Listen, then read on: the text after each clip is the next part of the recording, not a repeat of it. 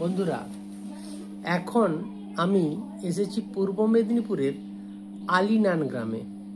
আর এই আলিনান গ্রাম আমাদের বাংলার বীরাঙ্গনা মহিয়সী মাতঙ্গিনী হাজরা, যার বীরত্বে, যার নেতৃত্বে আমাদের মেদিনীপুর জেলা, যেটা বর্তমানে পূর্ব এবং পশ্চিম মেদিনীপুর এই দুটো ভাগে ভাগ হয়ে গেছে, কিন্তু যখন মেদিনীপুর একটাই মেদিনীপুর জেলা ছিল, সেই মেদিনীপুর জেলায় স্বাধীনতার সূর্য উদয়ের চেষ্টা করেছিলেন তিনি আর কেউ নন, তিনি মাতঙ্গিনী হাজরা।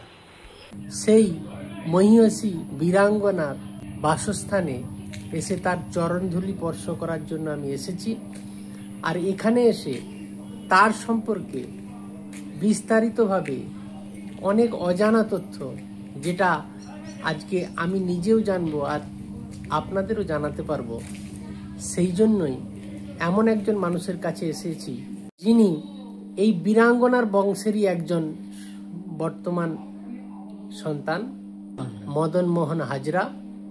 আমি মদন বাবুর কাছ থেকে শুনে নেব আমাদের সেই মহিয়সী বীরাঙ্গনা মাতঙ্গিনী হাজরা সম্পর্কে।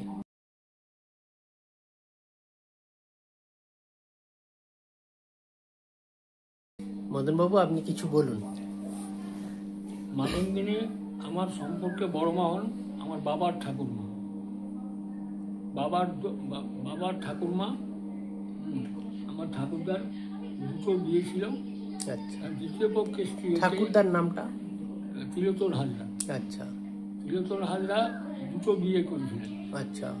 আর প্রথম পক্ষের স্ত্রীর নাম হচ্ছে মল্লিকা হাজরা। আচ্ছা।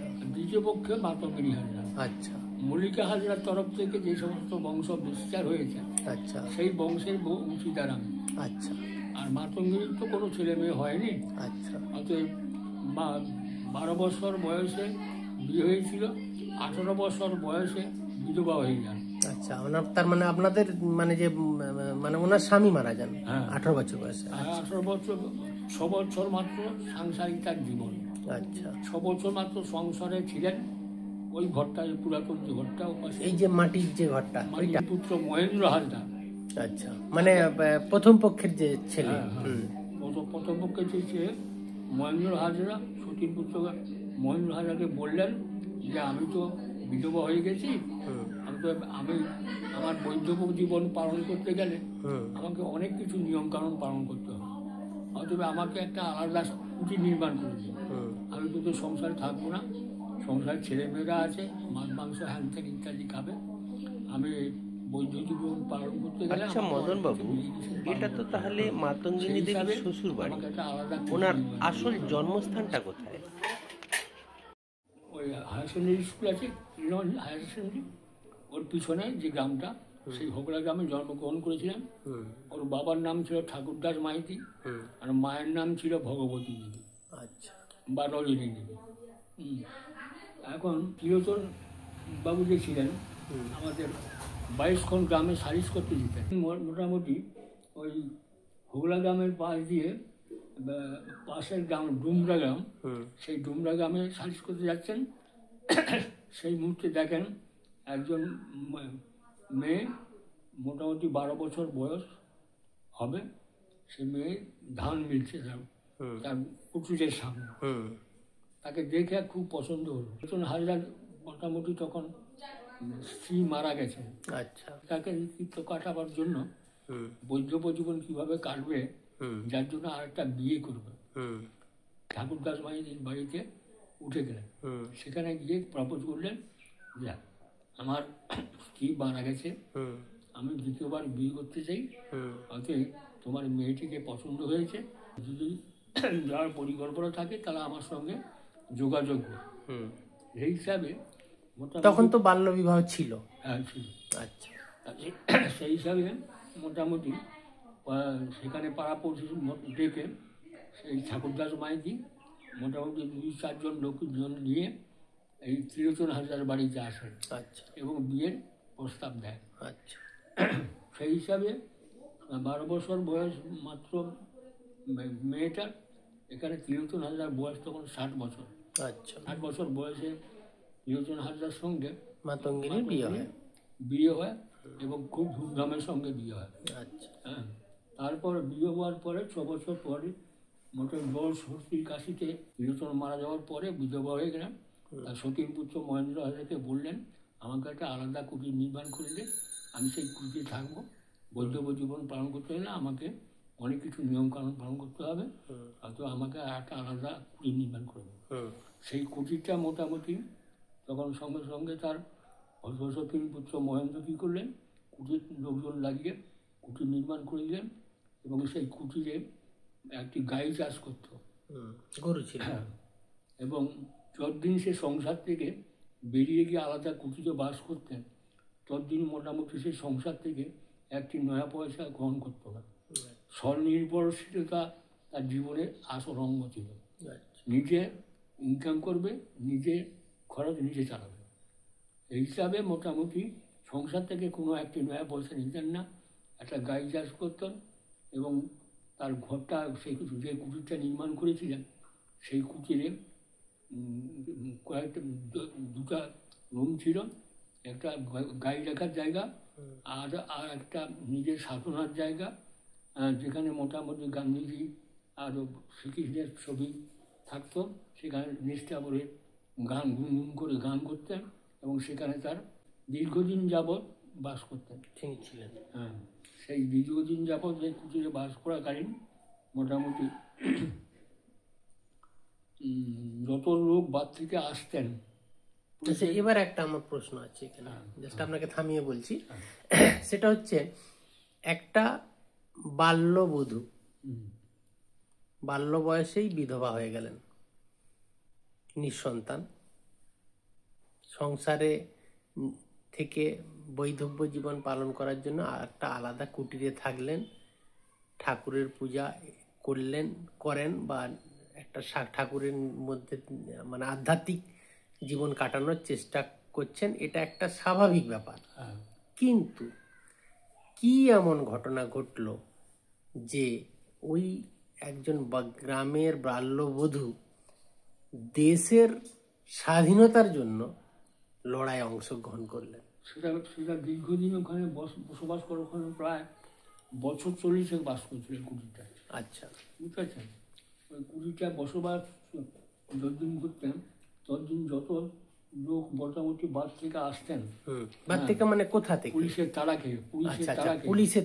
পুলিশের তাড়া খেয়ে স্বাধীনতা সংগ্রামীরা কি করতো, লুকিয়ে চুপিয়ে গ্রাম ঘরের মধ্যে লুকিয়ে চুপিয়ে থাকতো এবং এখানে এসে আশ্রয় নিত। দীর্ঘদিন আগে এক সন্ন্যাসী এসে বসবাস করেছিলেন আমাদের এখানে, ওই যে স্কুল বাউন্ডারি দেখছেন, ওখানে ঝোপঝাড় বন জঙ্গলে ভর্তি ছিল। সেই ঝোপঝাড় বন জঙ্গলের ভিতরে এক সন্ন্যাসী বাস করতেন।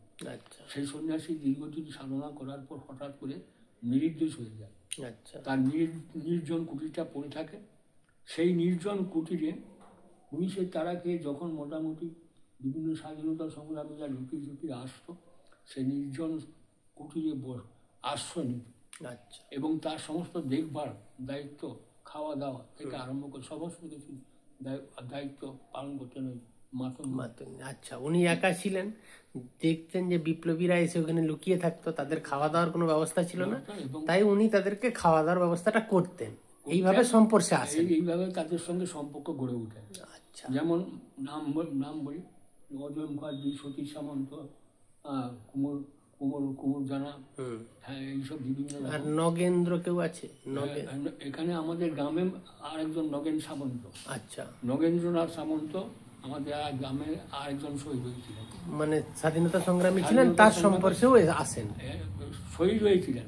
আচ্ছা, শহীদ হয়েছিলেন, মাতঙ্গিনীর সঙ্গে শহীদ হয়েছিলেন। আমি বলতে চাচ্ছি যে মাতঙ্গিনী দেবী যখন একদম বাল্যবধূ, তখন একাকী বাস করছেন এবং একাকী বাস করাকালীন স্বাধীনতা সংগ্রামীরা যখন এসে এই গ্রামের কোনো একটা কুটির অংশ মানে আস্তানা গাড়েন, তখন উনি ওনাদেরকে খাবার দাবার বা নানা কিছু দিয়ে সহায়তা করেন।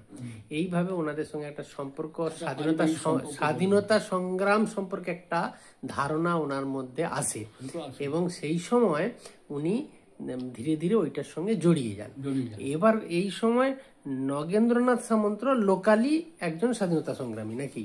স্বাধীনতা সংগ্রামী ওই মাতঙ্গিনীর সঙ্গেই মারা গেছিলেন। তার মানে সে তো অনেক পরের ঘটনা, কিন্তু প্রথম অবস্থায় নগেন বাবু তার মানে এই স্বাধীনতা সংগ্রামীদের সঙ্গে যুক্ত ছিল। নগেন বাবু কেন, এখানে অনেক অনেক আশেপাশে সেরকম কয়েকটা নাম বলুন। অনেক নাম, রাখাল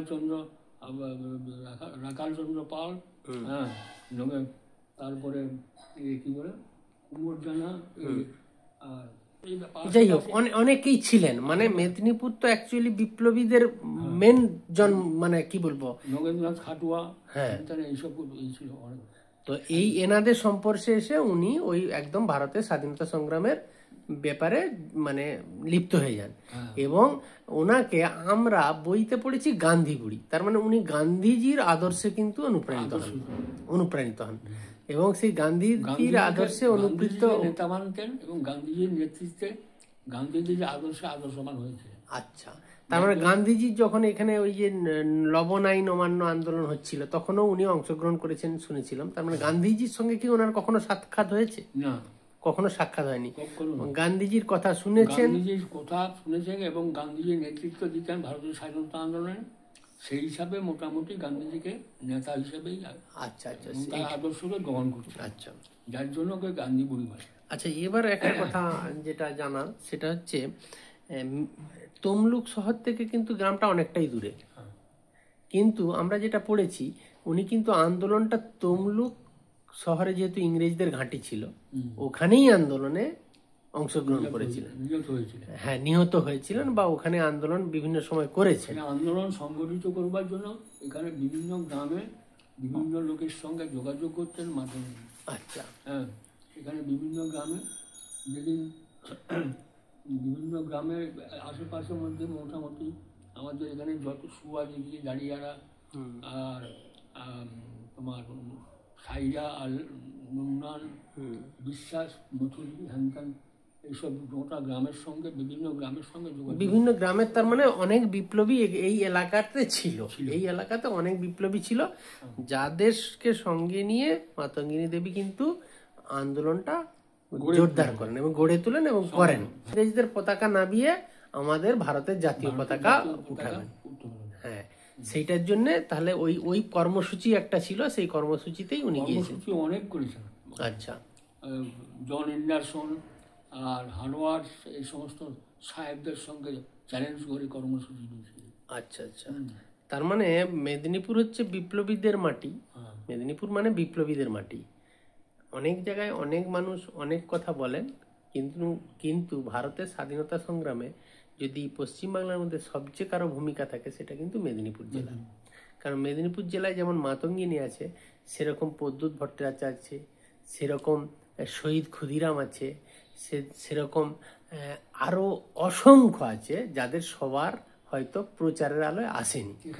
এখানে আশেপাশের মধ্যে আমাদের লোকাল নেতৃত্ব দিয়েছিলেন এখানে গুণধর মুড়িলাল ভৌমিকের বাবা। আচ্ছা, গুণধর ভৌমিক লোকাল নেতৃত্ব দিতেন এবং মোটামুটি তার সঙ্গে তারপরে সবই এগুলো জাতীয় কংগ্রেসের লোক, সব জাতীয় কংগ্রেসের লোক, তাই তো? আচ্ছা, গুণধর ভৌমিক মুড়িলাল ভৌমিকের বাবা, তার সঙ্গে মোটামুটি যোগাযোগ ভালোই ছিল। হ্যাঁ, ও যখনই বাপের বাড়িতে যেত ওই গুণধর ভৌমিকের বাড়ি হয়ে যেত। আচ্ছা, ওলা গ্রামে। আচ্ছা, গুণধর ভৌমিকের বাড়িতে গিয়ে সেখানে সমস্তকে এখানে স্বাধীনতা সংগ্রামের সমস্ত খোঁজ খবর নিতেন এবং এর সঙ্গে মোটামুটি একটা পারিবারিক সম্পর্ক ভালোই হয়েছিল। গুণধর ভৌমিক মুন্ডার ভৌমিকের বাবা। আচ্ছা, এবার একটা কথা বলি যে কোনো একটা মানুষ যখন কোনো একটা বড় কাজ করে তার পিছনে একটা ব্যাকগ্রাউন্ড থাকে একটা, আমরা বলি না যে ব্লাড রিলেশন একটা ব্যাপার থাকে, ব্লাড, এবং তার সঙ্গে হচ্ছে না পারভারিশ কোথায় হলো। এবার কথা হচ্ছে উনি যাকে বিবাহ করেছিলেন তিনি একজন কিন্তু একদম সাধারণ মানুষ নয় না।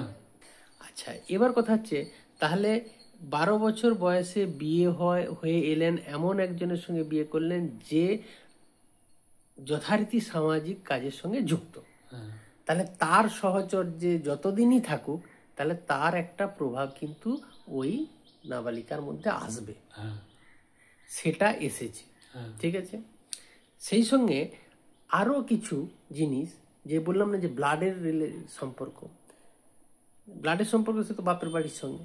তো ওনার বাপের বাড়ির কেউ কি কোনো স্বাধীনতা সংগ্রামের সঙ্গে যুক্ত বা দেশের সঙ্গে যুক্ত, সে ব্যাপারে কোনো কিছু জানা আছে?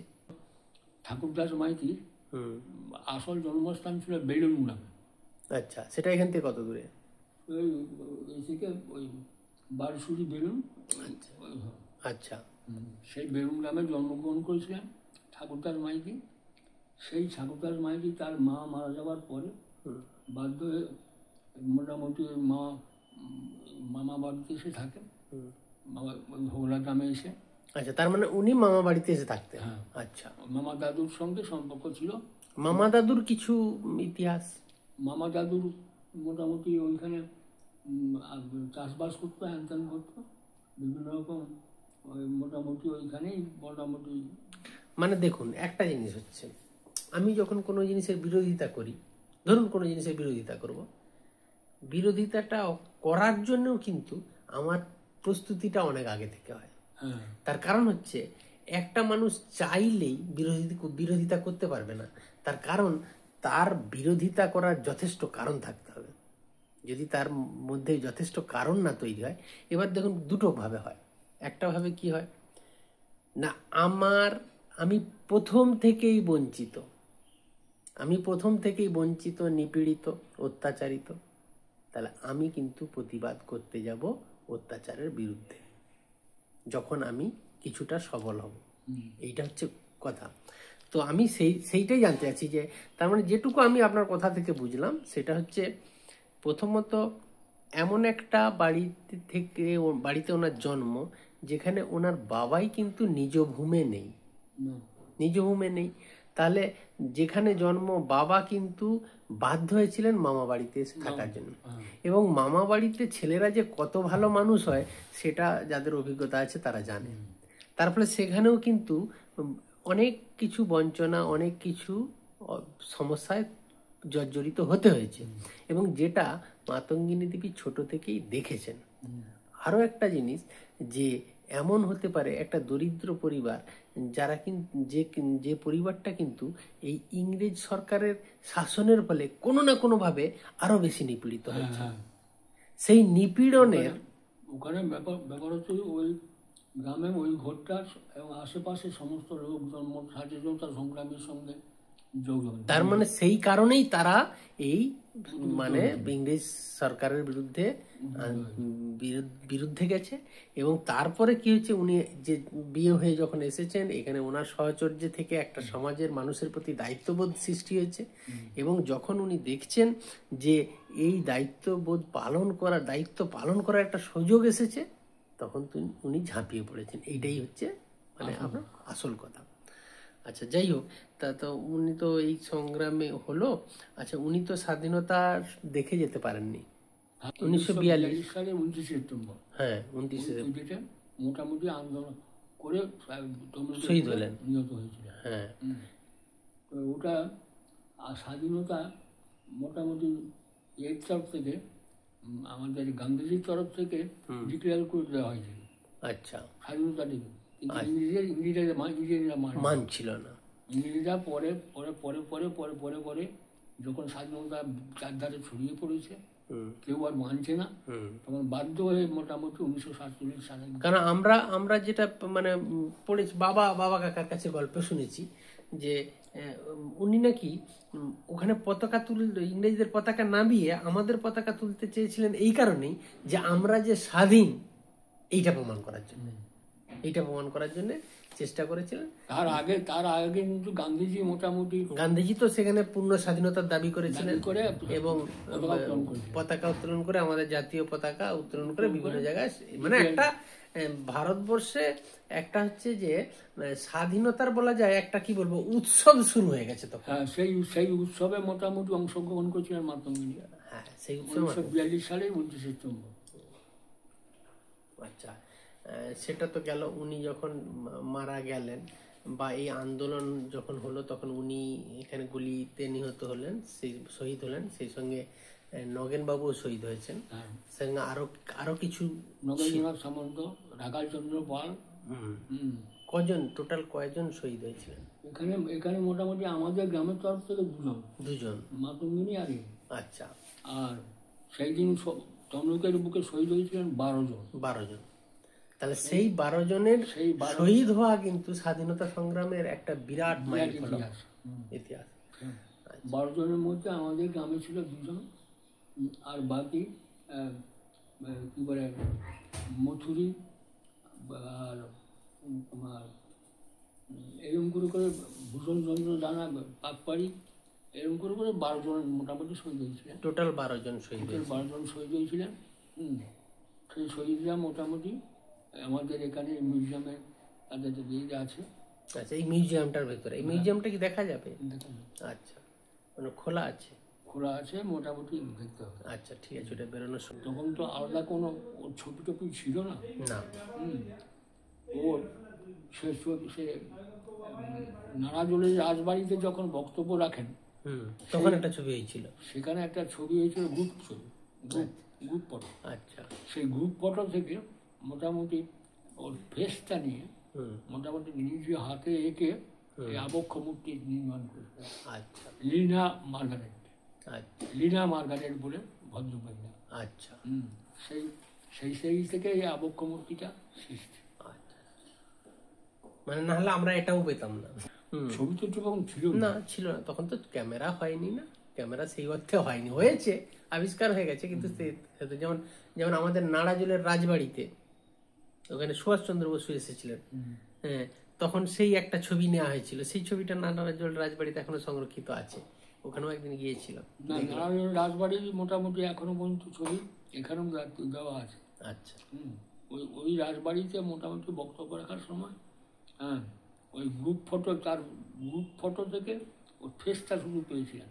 আচ্ছা, ওই লিনা মার্গারেট বলে ভদ্রমহিলা, আচ্ছা, যেটা মহিলার ভৌমিকের সঙ্গে ইন্ডিয়াতে আসছিলেন।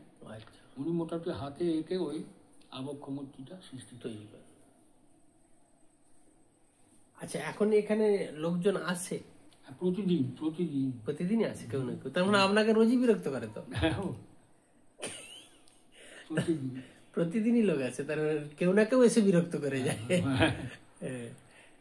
আচ্ছা, এবার একটা কথা, আমার মানে আপনি যেহেতু এইটার সঙ্গে কিন্তু আপনি ইন্টারেস্টেড বলেই কিন্তু আপনি এত তথ্য জোগাড় করেছেন বা রেখেছেন। এবার কথা হচ্ছে, আমি জাস্ট আপনার সঙ্গে একটা আলোচনা, অন্য কিছু নেই, আমার মনে হয়েছে এরকমটা, কেন কি জানি মনে হয়েছে, সেটা আপনার সঙ্গে শেয়ার করে। আপনি যেহেতু, আমি ইতিহাস পছন্দ করি, স্বাধীনতার সংগ্রামীদেরকে পছন্দ করি, ভারতবর্ষে যারা রক্তের বিনিময়ে স্বাধীনতা দিয়েছে তাদের কথা স্মরণ করি, আপনিও ঠিক সেই কথাই কিন্তু স্মরণ করেন। তো সেই হিসাবে আমার একটা জিনিস মানে মনে হয়, সেটা হচ্ছে গান্ধীজি কোনো হাতে অস্ত্র নেই, কিছু নেই, প্রবল প্রতাপশালী ইংরেজ, যাদের বিরুদ্ধে একজন মানুষ রুখে দাঁড়াচ্ছেন, যার হাতে কোনো অস্ত্র নেই, যার সঙ্গী সাথীদের কোনো অস্ত্র নেই, এই রকম অহিংস আন্দোলন, এই অহিংস আন্দোলনের কথা গান্ধীজি ভাবলেন কেন?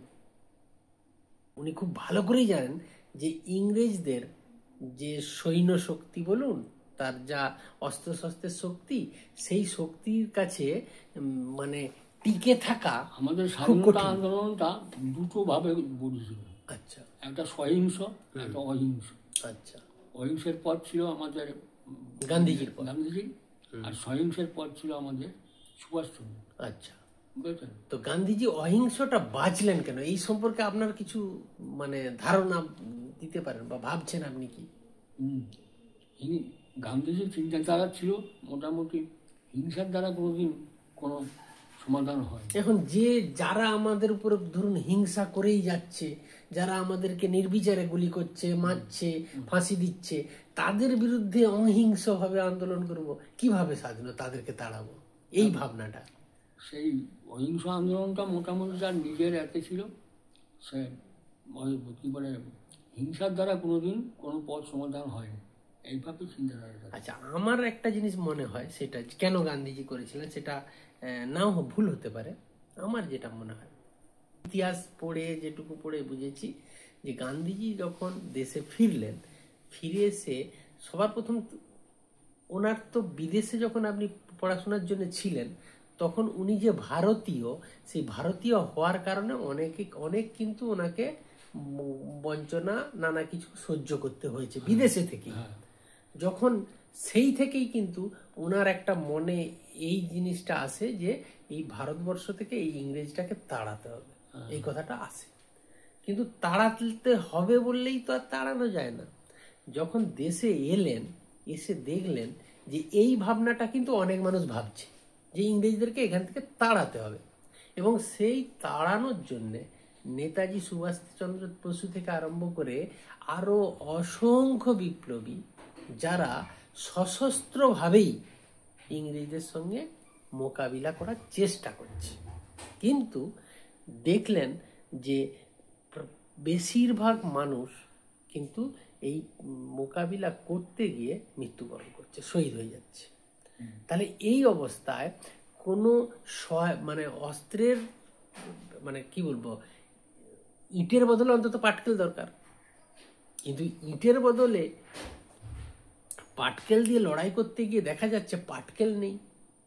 মানে ইটের বদলে পাটকেল মিন্স পাথর বলা যায়। তাহলে পাথর যদি আমার কাছে না থাকে, আমি লড়াইটা করব কি করে? আর তখন ভারতবর্ষের এই মানে কি বলবো পরাধীন মানুষকে সাহায্য করার জন্য সেই অর্থে কেউ আগে আসেনি, যে কারণে এই যারা স্বাধীনতা সংগ্রামের সঙ্গে যুক্ত ছিল তারা সবাই কিন্তু মরছিল, ইংরেজদের কাছে প্রাণ দিতে হচ্ছিল। তো গান্ধীজি দেখলেন যদি এই হিংস্র আন্দোলন চলে তাহলে আমাদের রক্তক্ষয় হবে, রক্ত বন্ধ হবে না। কিন্তু যদি এই আন্দোলনের মুখটাকে ঘুরিয়ে দেয়া যায়, তাহলে একদিন মানুষ ইংরেজ আমাদের দেশ ছেড়ে পালাতে বাধ্য হবে, এবং তখন আমরা কিন্তু স্বাধীন হব। এই কথাটা উনি খুব ভালো করে বুঝেছিলেন। তাই উনি অসহযোগ কি বলবো অহিংস পথে আন্দোলনের চিন্তা ভাবনা করেন। এবার অহিংস পথে আন্দোলন করার জন্যে কেন অহিংস যান? কারণ ভারতবর্ষের যত মানুষ আছে সশস্ত্র আন্দোলনে তাদের কাছে অস্ত্র নেই। যত মানুষ আছে সাধারণ মানুষ, তাদের পরনে পোশাকটি পর্যন্ত ঠিক মতো নেই। যাদের পরনে পোশাক নেই,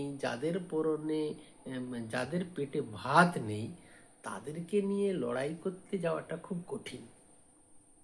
তাই উনিও তাদের সমান হওয়ার জন্য বস্ত্র ত্যাগ করলেন, সমস্ত সাজসজ্জা ত্যাগ করলেন, করে তারা যাতে তাদের মতো ভাবতে পারে সেই ভাবনা থেকে উনি মানুষের সঙ্গে মিশে গিয়েছিলেন।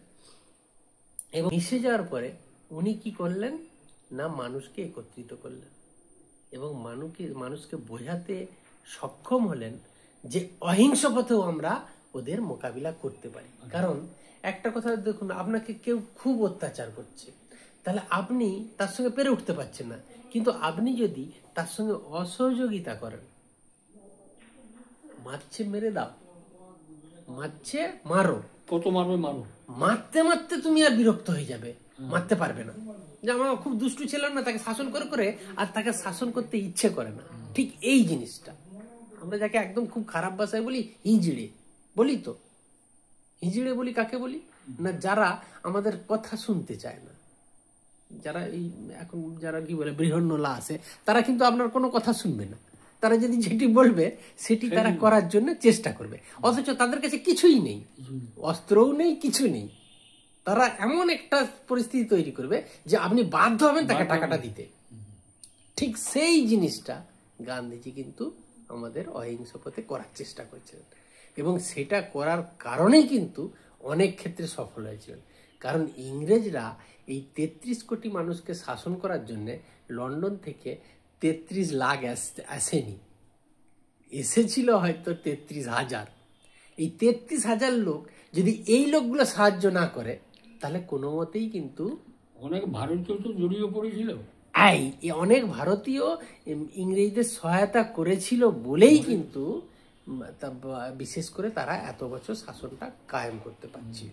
সেই জায়গাটা ভেঙে দেওয়ার জন্যই উনি কিন্তু এই অসহযোগ আন্দোলন করেন। এবং পরবর্তীকালে দেখুন সেই বিদ্রোহ ছড়িয়ে পড়ে যারা ওই ইংরেজ সরকারকে সহায়তা করেছিল, সিপাহী বিদ্রোহ, তারা তখন চিন্তা করলো যে না, এটা আমাদের দেশের এদের সঙ্গে সহযোগিতা করার দরকার আছে, এইভাবেই স্বাধীনতা এসেছে। জাস্ট আমার মনে হয়েছে, ভুল ঠিক সেটা জানি না। তো কথা হচ্ছে যে এত কষ্ট করে পেলাম স্বাধীনতা, অনেক রক্তের বিনিময়, সেই স্বাধীনতা রক্ষা করার দায়িত্ব কার উপরে ছেড়ে যাব? এবার প্রশ্ন হচ্ছে যে কেন, যারা আছে বেঁচে আছে তারা তো করবে, যারা বেঁচে আছে পরবর্তী প্রজন্ম তারা করবে। কিন্তু একটা কথা ভাবতে হবে যে যদি স্বাধীনতা কি করে পাওয়া গেছে, কোন মূল্যে পাওয়া গেছে, সেটা তাদের যদি মাথায় না ঢোকে, না থাকে, তারা কিন্তু স্বাধীনতার মর্ম বুঝবে না। আর এইটা বোঝানোর দায়িত্ব কিন্তু আমাদের সবার। তাহলে সেই বোঝানোর দায়িত্ব যে ভাষায় বোঝে সেই ভাষায় নিতে হবে। এখন বাচ্চারা বই পড়াতে অনেকখানি আগ্রহ হারিয়েছে, তার পিছনে আমরাই দায়ী। আমরা এমন কিছু পাঠ্য তাদের জন্য তৈরি করতে পারিনি যারা আগ্রহ পাবে তারা। আমরা তাদের সামনে বিকল্প এমন অনেক কিছু রেখে দিয়েছি যারা তার থেকে বিচ্ছিন্ন হয়ে যাচ্ছে। তাহলে এখন বাচ্চারা কিন্তু বোঝে মোবাইল, বোঝে টিভিও বোঝে না, মোবাইল বোঝে, কম্পিউটার বোঝে। তাহলে তাদেরকে বোঝাতে গেলে এই জায়গাটা দরকার। এই ভাবনা থেকেই কিন্তু আমি অ্যাকচুয়ালি এই কাজটা করি। এই যে কাজটা, এই কাজটাই কিন্তু করার জন্য আমি এসেছি। যাই হোক, আপনার সঙ্গে কথা বলে খুব ভালো লাগলো। আমার নাম বিশ্বজিৎ বেরা, আমার বাড়ি হচ্ছে ঘাটাল সাব ডিভিশনের দাসপুর থানা শয়লা গ্রামে। তো যাই হোক, আপনিও অনেকটাই করেছেন, আপনারও তো এখন মানে জীবনের শেষ প্রান্তে এসে গেছেন। যাই হোক, ভালো লাগলো আপনার সঙ্গে, ভালো থাকবেন। মদনবাবুর কাছ থেকে মাতঙ্গিনী হাজরার সম্পর্কে বিস্তারিত তথ্য জানার পর মিউজিয়ামটা একটু ঘুরে দেখলাম, আপনাদেরকেও দেখানোর চেষ্টা করলাম। আজ সেই বীরাঙ্গনার শহীদ দিবসে তার বাসস্থান দর্শন করে নিজেকে ধন্য মনে করলাম। আপনাদেরকেও দেখার জন্য শেয়ার করলাম। আমার অনুরোধ, আপনারা আমার এই ভিডিওটা যদি আপনাদের ভালো লাগে তাহলে অবশ্যই আপনাদের বন্ধু বান্ধবদের সঙ্গে একটু শেয়ার করে নেবেন। আর আপনাদের যে সমস্ত ছোট ছোট ছেলে মেয়েরা এখন স্কুলে পড়াশোনা করছে তাদেরকে এই ভিডিওটা একটু দেখার সুযোগ করে দেবেন। আমাদের ভবিষ্যৎ প্রজন্ম এগুলো জানা খুব দরকার। নমস্কার।